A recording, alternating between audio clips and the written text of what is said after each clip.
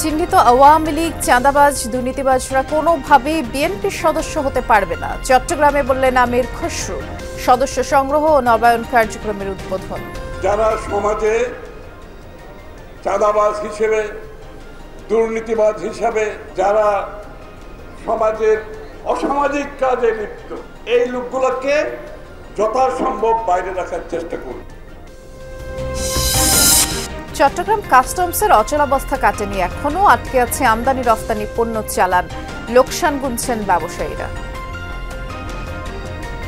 Normal যে কাজগুলো আমরা করতে পারতেছি না। ডেইলি ওয়ার্ডফোন আসতেছে লক্ষ লক্ষ টাকা। অ্যাসেসমেন্টও করতে পারি না, আরটিজিএসও করতে পারি না, পণ্য ডেলিভারিও দিতে পারি না।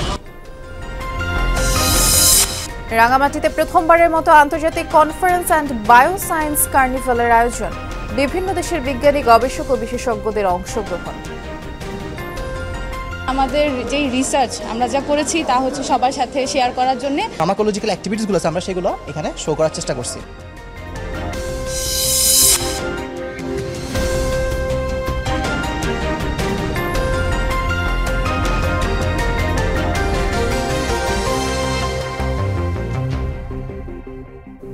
শিরোনামগুলো শুনছিলেন, নুসরাত বৃষ্টির সাথে আছি। বিগত সময়ে যারা বিএনপির কার্যক্রমে বাধা দেয়নি, জুলুম নির্যাতন করেনি, তারা সদস্য হতে পারবে বলে জানিয়েছেন দলের স্থায়ী কমিটির সদস্য আমির খসরু মাহমুদ চৌধুরী। তবে চিহ্নিত আওয়ামী লীগ চাঁদাবাজ দুর্নীতিগ্রস্তরা কোনোভাবেই বিএনপির সদস্য হতে পারবে না, তাদের ব্যাপারে দলের নেতাকর্মীদের সতর্ক থাকতে বলেন আমির খসরু। সকালে চট্টগ্রাম বিভাগের সদস্য সংগ্রহ নবায়ন কার্যক্রমের উদ্বোধনী অনুষ্ঠানে তিনি এসব কথা বলেন এবং পরে তিনি নিজের সদস্য পদ নবায়ন করেন। নিজের সদস্য পদ নবায়নের মাধ্যমে চট্টগ্রাম বিভাগে বিএনপির সদস্য সংগ্রহ ও নবায়ন কার্যক্রমের উদ্বোধন করেন দলের স্থায়ী কমিটির সদস্য আমির খসরু মাহমুদ চৌধুরী। দলীয় কার্যালয় নাসিমন ভবনের সামনে আয়োজিত অনুষ্ঠানে আমির খসরু বলেন, চিহ্নিত আওয়ামী লীগ দোসর, চাঁদাবাজ ও দুর্নীতিগ্রস্ত কাউকে সদস্য করা হবে না। আওয়ামী লীগের দোসর যারা ছিল, চিহ্নিত যারা সমাজে চাঁদাবাজ হিসেবে, দুর্নীতিবাজ হিসাবে, যারা সমাজের অসামাজিক কাজে লিপ্ত, এই লোকগুলোকে যথাসম্ভব বাইরে রাখার চেষ্টা করবে। বিএনপি নিয়ে ষড়যন্ত্র হচ্ছে উল্লেখ করে যুগ্ম মহাসচিব জানান, কোন ষড়যন্ত্রই অগ্রযাত্রার পথে বাধা হতে পারবে না। ভোট না করা পর্যন্ত আমরা মাঠ থেকে উঠবো না। একদিকে সংস্কার হবে, একদিকে ভোট হবে, আরেকদিকে হাসিনার বিচার দৃশ্যমান হতে হবে, দ্রুততম সময়ের মধ্যে হতে হবে, আমাদের মামলা প্রত্যাহার করতে হবে। বিএনপির সদস্য সংগ্রহ ও নবায়ন কার্যক্রম চলবে আগামী 2 মাস। 20 টাকায় সংগ্রহ করা যাবে সদস্য ফরম। আজকে যে সদস্য ফরম অভিযান এবং সদস্য নবায়ন কর্মসূচি গ্রহণ করা হয়েছে, এই কর্মসূচি বাংলাদেশ জাতীয়তাবাদী দল সহ যে কোনো একটি সংগঠনের জন্য খুব গুরুত্বপূর্ণ অংশ। যারা পতিত স্বৈরাচারের দোসরকে সদস্য করবেন, আমি এখানে যারা নেতৃবৃন্দ আছেন, মহানগর নেতৃবৃন্দ আছেন, যারাই সদস্য করবেন তাদের বিরুদ্ধে সাংগঠনিক ব্যবস্থা নেওয়া হবে। যারা মন থেকে অন্তর দিয়ে সমর্থন করে, তাদের জন্য একটা অঙ্গীকারনামাও এখানে রয়েছে। তারা 20 টাকা করে একটি করে ফর্ম ফিল আপ করবে এবং এই ফর্মের মাধ্যমে তিনি একজন সদস্য বলে গণ্য হবে। 2022 সালে সবশেষ সদস্য সংগ্রহ ও নবায়ন কার্যক্রম হাতে নিয়েছিল বিএনপি। শহীদুল সুমন, যমুনা নিউজ, চট্টগ্রাম। কর্মকর্তা কর্মচারীদের কলম বিরতিতে আজ তৃতীয় দিনের মতো অচল Chattogram custom house. Bill of entry দাখিল এবং শুল্কায়ন বন্ধ থাকায় আজকে পরে আমদানি রফতানি পণ্য চালান, এতে করে লোকসান গুনতে হচ্ছে ব্যবসায়ীদের। দ্রুত এই সমস্যার সমাধান না হলে বন্দরে পণ্য জট সৃষ্টি হতে পারে। সকাল 10টা থেকে তৃতীয় দিনের মতো কলম বিরতি পালন করেন চট্টগ্রাম কাস্টমস হাউসের কর্মকর্তা কর্মচারীরা। চলে বিকেল 3টা পর্যন্ত। সরকারি নির্দেশনায় শনিবার সকল অফিস দপ্তর খোলা থাকলেও 5 ঘন্টার কলম বিরতিতে চট্টগ্রাম কাস্টমস হাউস ছিল ফাঁকা। অনলাইনে বিল অফ এন্ট্রি দাখিল করা গেলেও শুল্কায়ন ও রাজস্ব আদায় কার্যক্রম ছিল বন্ধ। পেপার অ্যাসেসমেন্ট করি, তারপরে আমরা গভর্নমেন্টকে রেভিনিউ দিই, ওই নর্মাল যে কাজগুলো আমরা করতে পারতেছি না এগুলো। ইম্পোর্টারকে আমরা কোনো যোগাযোগ করি, কিছু ব্যবস্থা করে দিতে পারছি। ডেলি ওয়ার্ডফোন আসতেছে লক্ষ লক্ষ টাকা। অ্যাসেসমেন্টও করতে পারি না, আরটিজিএসও করতে পারি না, পণ্য ডেলিভারিও দিতে পারি না। ইহাতে আমদানিকারকের খুব ক্ষতি হইতে আছে। আমদানি রপ্তানি পণ্য চালান আটকা পড়ায় বিপাকে পড়েন সিএনএফ এজেন্টরা। শুল্কায়ন যেহেতু হচ্ছে না, তাইলে আসলে 3টার পরে গিয়ে আমরা একে তো সার্ভারের প্রবলেম, দ্বিতীয়ত কাজের প্রেশার, তাহলে আমরা দিনের কাজ দিনে শেষ করতে পারতেছি না। ব্যবসায়ী তো চাচ্ছে তাড়াতাড়ি মাল ডেলিভারি নেওয়ার জন্য, ব্যবসায়ী তো আর জানে না যে কাস্টম এভাবে তারা, এটা কিন্তু ঠিক হচ্ছে না। এটা সামনে একটা ঈদ উল আজহা, সে উপলক্ষে অনেক মাল আসছে। এদিকে কলম বিরতির কারণে পণ্যবাহী কন্টেনার খালাস হচ্ছে না, ফলে লোকসানের মুখে ব্যবসায়ীরা। আমাদের জন্য যে এমব্রাসিং সেটা হচ্ছে আমরা বারবার যে আমাদের আমদানিকারক রপ্তানিকারক ওনাদের পণ্যের ডেলিভারিতে যে ঘাটতি হবে এবং যেভাবে তারা লস করবে, লোকসান করবে, এটা নিয়েও তারাও উদ্বিগ্ন। জোবায়েদ ইবনে শাহাদাত, যমুনা নিউজ, চট্টগ্রাম। বিজিএমইএর নির্বাচন সামনে রেখে চট্টগ্রামে গণসংযোগ এবং মতবিনিময় সভা করেছে মাহমুদ হাসান খান বাবুর নেতৃত্বাধীন ফোরাম প্যানেল। সকালে বন্দরনগরের বিভিন্ন পোশাক শিল্প কারখানায় গিয়ে মালিকদের সাথে মতবিনিময় করেন, তুলে ধরেন কর্মপরিকল্পনা, সমর্থন প্রত্যাশা করেন ফোরাম নেতারা। আর পোশাক শিল্পের কাঙ্ক্ষিত উন্নয়ন এবং সেই সেক্টরে বিরাজমান সব সংকট নিরসনের সবার সম্মিলিত প্রচেষ্টার কার্যকর উদ্যোগ গ্রহণের আশ্বাস দেন তারা। সুষ্ঠু ও সুন্দর পরিবেশে নির্বাচন অনুষ্ঠিত হবে বলে আশা প্রকাশ করে ঢাকা, চট্টগ্রাম সহ সারা দেশে বিজিএমইএ সদস্যদের সমর্থন এবং সহযোগিতাও চান ফোরামের নেতৃবৃন্দ। আমাদের প্রত্যাশা কিন্তু সিম্পল, আমরা একটা চেঞ্জ চাচ্ছি। আমাদের আরএমজি সেক্টর যে চ্যালেঞ্জেসগুলো ফেস করছে, নতুন না পুরনো, বাট উইলিংফুলি উইল ছিল না ওটা চেঞ্জ করার জন্য, তো ওটাই বোঝানো। বাংলাদেশের স্বচ্ছ নির্বাচন হোক, একটা সুষ্ঠু নির্বাচন হোক, এবং যেন সত্যিকার মালিকরা ভোট দিয়ে তাদের প্রতিনিধি নির্বাচন করতে পারে। নির্বাচনী ম্যানিফেস্টো ঘোষণা করবো চিরে, এবং আমরা আমাদের ভোটারদের কাছে যাচ্ছি, আমরা আমাদের ম্যানিফেস্টো বক্তব্যগুলি তুলে ধরছি। এই নির্বাচনে ফোরাম জয়ী হলে আমরা বাংলাদেশের পোশাক শিল্প খাতে ব্যাপক পরিবর্তন আনবো।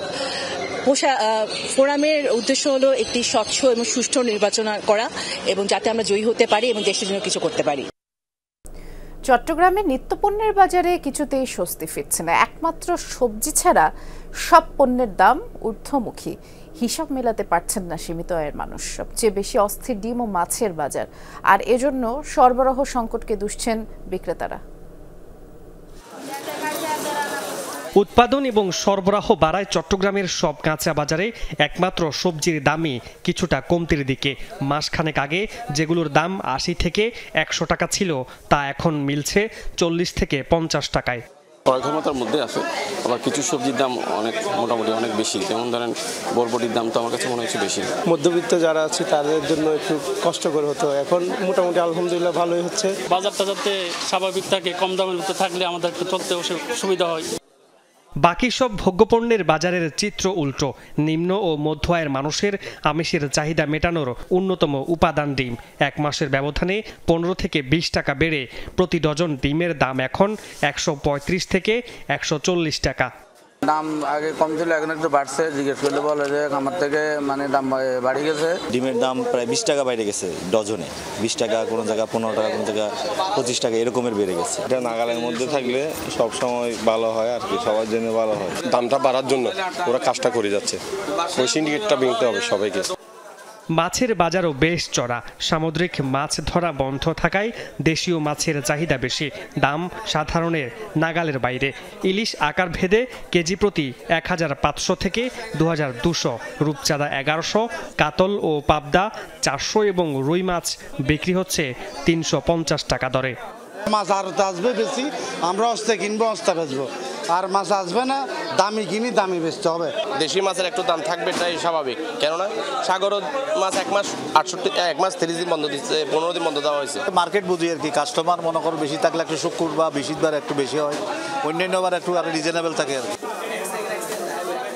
মামুন রশিদ অভি, যমুনা নিউজ, চট্টগ্রাম। চট্টগ্রামে আনন্দ মিছিল করেছে লোহাগাড়ায় স্বেচ্ছাসেবক দল এবং ছাত্রদল। বিকেলে চট্টগ্রাম কক্সবাজার মহাসড়কে মিছিল হয়। নবগঠিত দক্ষিণ জেলা বিএনপির পূর্ণাঙ্গ আহ্বায়ক কমিটিতে জেলা স্বেচ্ছাসেবক দলের সাবেক সাংগঠনিক সম্পাদক ফজল কবির ফজলুকে সদস্য মনোনীত করা এই আয়োজন। এ সময় ভারপ্রাপ্ত চেয়ারম্যান তারেক রহমানকে ধন্যবাদ ও কৃতজ্ঞতা জানান নেতাকর্মীরা। রাঙামাটি বিজ্ঞান ও প্রযুক্তি বিশ্ববিদ্যালয়ে 3 দিনব্যাপী অনুষ্ঠিত হচ্ছে আন্তর্জাতিক বায়ো সায়েন্স সম্মেলন। আর এতে দেশি বিদেশি বিজ্ঞানী ও গবেষক অংশ নিয়েছেন। এমন আয়োজন নতুন প্রজন্মের গবেষকদের অনুপ্রাণিত করবে বলেই আয়োজকরা প্রত্যাশা করেন। এই সম্মেলন আগামীকাল পর্যন্ত চলবে। আর আয়োজনে মিডিয়া পার্টনার যমুনা টেলিভিশন।